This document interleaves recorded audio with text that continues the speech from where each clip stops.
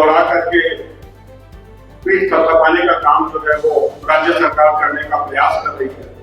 इसमें law and order को लेकर के जो दिक्कतें आ रही है, सरकार ने वादा किया युवाओं को रोजगार देंगे, कितना मिल पाया इसका अनुमान आप खुद से लगाइए। आपको लगता है कि ठीक है, कोई भी बड़ा इन्वेस्टर जो है इस तरह के माहौल में झारखंड आना चाहेगी कि किस तरह से ट्रेजरी से पैसा जो है गबन किया जा रहा है।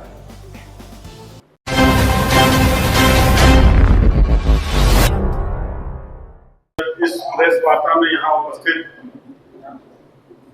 सभी प्रिंट मीडिया और इलेक्ट्रॉनिक मीडिया के साथियों और छायाकार बंधुओं, आप सबको नमस्कार, प्रणाम और आभार आ जाने के लिए।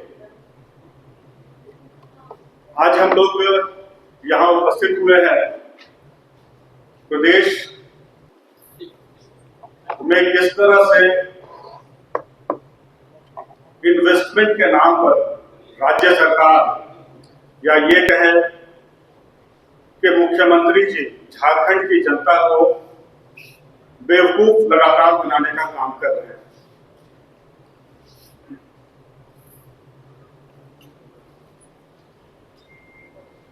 अगर आप देखेंगे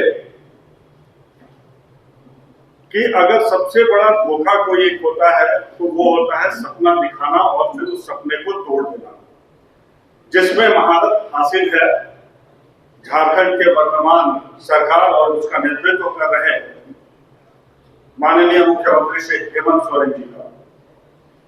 क्योंकि इसके पहले भी मुख्यमंत्री जी ने राज्य की जनता से कई सारे उद्योग लगाने का वादा तो जरूर किया, लेकिन पिछले 7 वर्ष की सरकार में एक भी बड़ा उद्योग जो है पूरे प्रदेश में लगाने में वो विफल रहे। आपको याद होगा कि 2025 में पूरे तामझाम के साथ अपने अधिकारी और मंत्रियों के साथ जो है वो यूरोप की टूर पर गए थे। उसका क्या नतीजा निकला, ये 1 वर्ष में आप खुद अनुमान लगा सकते हैं। जनता की गाढ़ी कमाई से यूरोप टूर करना इन्वेस्टमेंट के नाम पर, मुझे लगता है कि सरकार को बताना चाहिए कि पूरे टूर में कितना खर्च किया था और उसका फलाफल क्या निकला, कितने सारे उद्योग जो है उसके बाद झारखंड में लगे। अभी वर्तमान में दिल्ली में भी इन्वेस्टर्स के साथ वो मीट कर रहे हैं और मुझे लगता है कि जो लोग ऑलरेडी यहाँ पर इन्वेस्टमेंट किए हैं उनके साथ ही फिर से उसी को भी दोहरा करके पीठ थपथपाने का काम जो है वो राज्य सरकार करने का प्रयास कर रही है।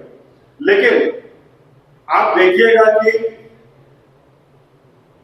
सबसे बड़ी बात क्या है कि जो वित्त मंत्री हैं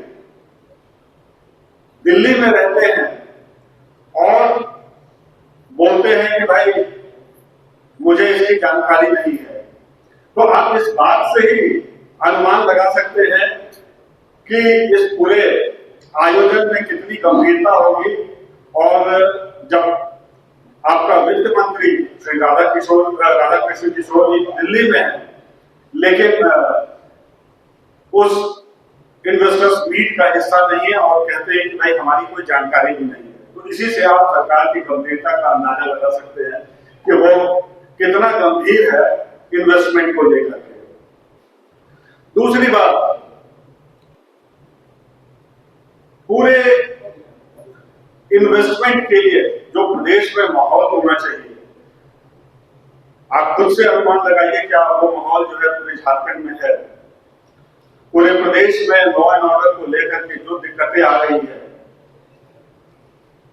सरकार ने वादा किया युवाओं को रोजगार देंगे, रोजगार कितना मिल पाया इसका अनुमान आप खुद से लगाइए। सरकार ने वादा किया कि महिलाओं को सुरक्षा देंगे, कितनी महिलाएं सुरक्षित है, हर दिन आप कवरेज करते हैं, हर दिन आपको नई घटनाएं जो है देखने को मिल जाएगी।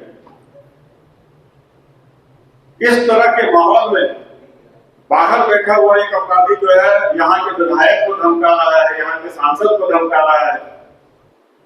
क्या ये माहौल जो है यहाँ पे नए उद्योग लगाने के लिए आपको लगता है कि ठीक है, कोई भी बड़ा इन्वेस्टर जो है इस तरह के माहौल में झारखंड आना चाहेगी? मुझे लगता है कि प्रदेश की सरकार को सबसे पहले झारखंड के माहौल को ठीक करना चाहिए, यहाँ के लॉ एंड ऑर्डर को ठीक करना चाहिए। जिस तरह से अपराधीकरण हो रहा है उस तरह से अपराध को रोकने के लिए उचित व्यवस्था करनी चाहिए, और तब जाकर के जो है यहाँ पर आपके लिए कोई नए इन्वेस्टर जो है यहाँ रुचि दिखाएंगे।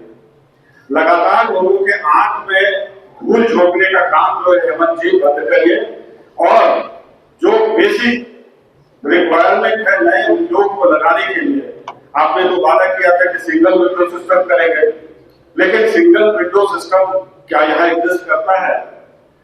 जमीन को लेकर के यहाँ सबसे बड़ी समस्या है। आप जो उद्योग स्थापित हैं वहां पावर को लेकर के देखिए कि कितना कठिनाई होती है। रांची जैसे शहर में जो है पावर कट जो है किस तरह से लगातार होता है।